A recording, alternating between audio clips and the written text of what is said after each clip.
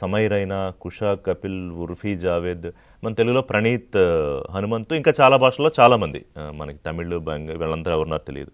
వీళ్ళందరూ కొన్ని India's got talent అనో ఇంకో పేరు వేదికలు పెట్టుకుని అక్కడ కూర్చున్న వాళ్ళతో సహా, ఏది వాళ్ళు పిలిచిన గెస్టులతో సహా వాళ్ళ ముందే అబ్యూజివ్ లాంగ్వేజ్, ఇంకా వాళ్ళ ఇంట్లో వాళ్ళ గురించి ఇదొకటి చూసాం.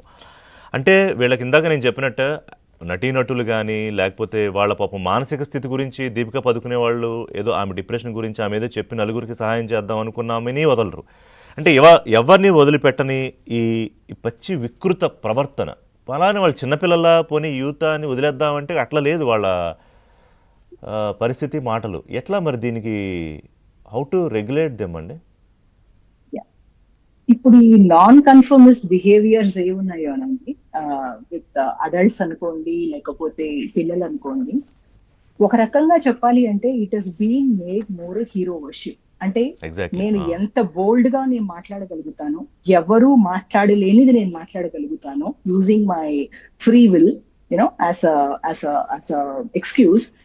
ఏమవుతుందంటే వీళ్ళకి ఫాలోవర్స్ అన్న వాళ్ళు ఎక్కువ అవుతున్నారు.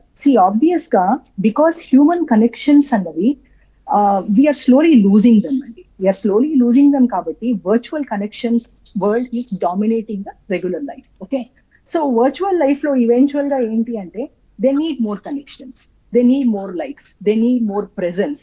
సో పాజిటివ్ గా ఎవరైనా పెట్టినప్పుడు మీరు ఇనీషియల్ గా గుర్తిస్తే గనక, ఇనీషియల్ గా సోషల్ మీడియా అంతా used to be lot of positive things, ఎవరికో ఏదో చారిటీ చేశారనో, ఏదో 4 మంచి మాటలు చెప్పారనో, something it used to be on that path.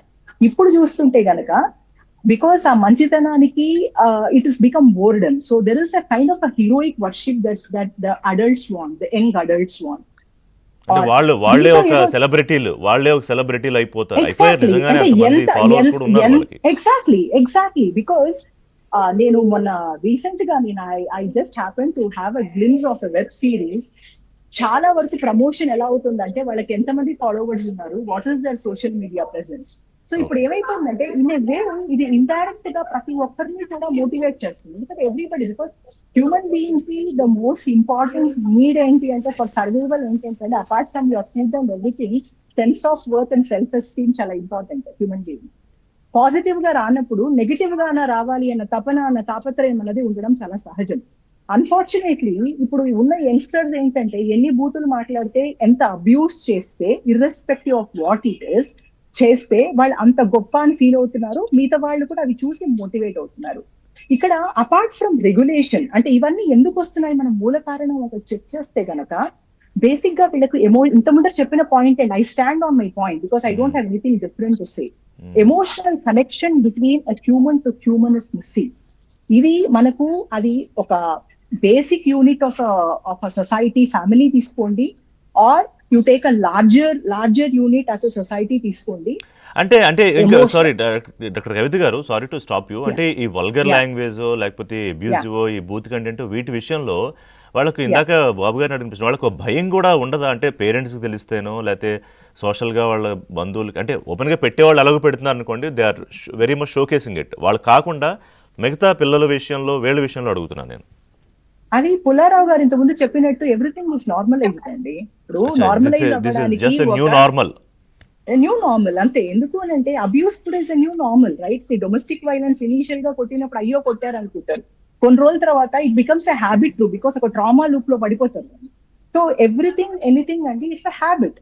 మీ బుర్రని మీరు ఎంత ఎక్స్పోజ్ చేస్తున్నారో, మీరు దానికి ఎంత ఎక్స్పోజర్ ఇస్తున్నారో, ఆ న్యూరల్ ప్యాటర్న్స్ ఫామ్ అయిపోతుంది, and that becomes an accepted pattern in the society. So unless అంటే ఈ రెగ్యులేషన్ అనేది, నా ఉద్దేశంలో మీరు అడిగిన క్వశ్చన్ ఏంటి అంటే, it has to start from early childhood. ఎందుకంటే ఈ ఎమోషనల్ ఇంటెలిజెన్స్ కానివ్వండి, మన ఎడ్యుకేషనల్ స్ట్రక్చర్ లో ఎందుకంటే ఫార్మేటివ్ ఇయర్స్ లో బ్రెయిన్ డెవలప్మెంట్ అయిపోతుంది. సో ఒక ఎంపతి కానివ్వండి, ఇది కానివ్వండి, it has to be made a mandatory part. Emotional connection అదేలేండి, ప్రభుత్వాలు వీళ్ళకన్నా ముందు ఇంట్లో మొదలవ్వాలని పేరెంట్స్. ఎగ్జాక్ట్లీ, ఎందుకంటే it is a very foundational thing. ఎందుకంటే తప్పు చేసేసిన తర్వాత కొట్టడం కాదు కదా, తప్పు జరగకుండా. వింటున్నారా డాక్టర్ కవిత గారు, వింటున్నారా? అసలు ఇంట్లో అంటే మొన్న ఏదో చిన్న ఇన్సిడెంట్ నా దృష్టికి వచ్చింది, అందరూ అలా ఉంటారు కదా, ఇంట్లో పేరెంట్స్నే నువ్వేంటి నాకు చెప్తావు, నాకు తెలీదా, నాకు 14 ఏళ్ళు 15 ఏళ్ళు, ఏది 14 ఏళ్ళు 15 ఏళ్ళకే నువ్వేంటి నాకు చెప్తావు అనే స్థాయికి వచ్చేస్తే వింటారా అని. లేదు, ఎగ్జాక్ట్లీ అండి. ఎందుకంటే ఇక్కడ there has to be a balance between భయానికిను, రెస్పెక్ట్ కిను, ఫ్రీ విల్ కిను బ్యాలెన్స్ చాలా ఇంపార్టెంట్ అండి. ఓకే. బేసిక్ గా పేరెంటింగ్ లో మనకు ట్రైనింగ్ లేదు. Okay, nobody is train for parenting. మన పెద్దవాళ్ళు ఎలా చేశారో, మన నైబర్హుడ్ మనం ఏది ఇన్స్పైర్ అవుతామో మనం దాన్ని చూసే మన పేరెంటింగ్ స్ట్రాటజీస్ అన్నవి వాడుతాం. ఇక్కడ పిల్లలకు అన్ని ఇవ్వాలి అనుకున్నప్పుడు when it goes beyond a boundary, ఆ బౌండరీ డ్రా చేయలేనప్పుడు it goes beyond the things. అప్పుడు ఏంటి అంటే మంచి చెడు తెలియకుండా నేను ఇండిపెండెంట్, ఐఎమ్ ఇండిపెండెంట్ at 14 అన్న మాట మీరు అన్నది వస్తుంది అనమాట. రైట్ అండి. ఎస్. సో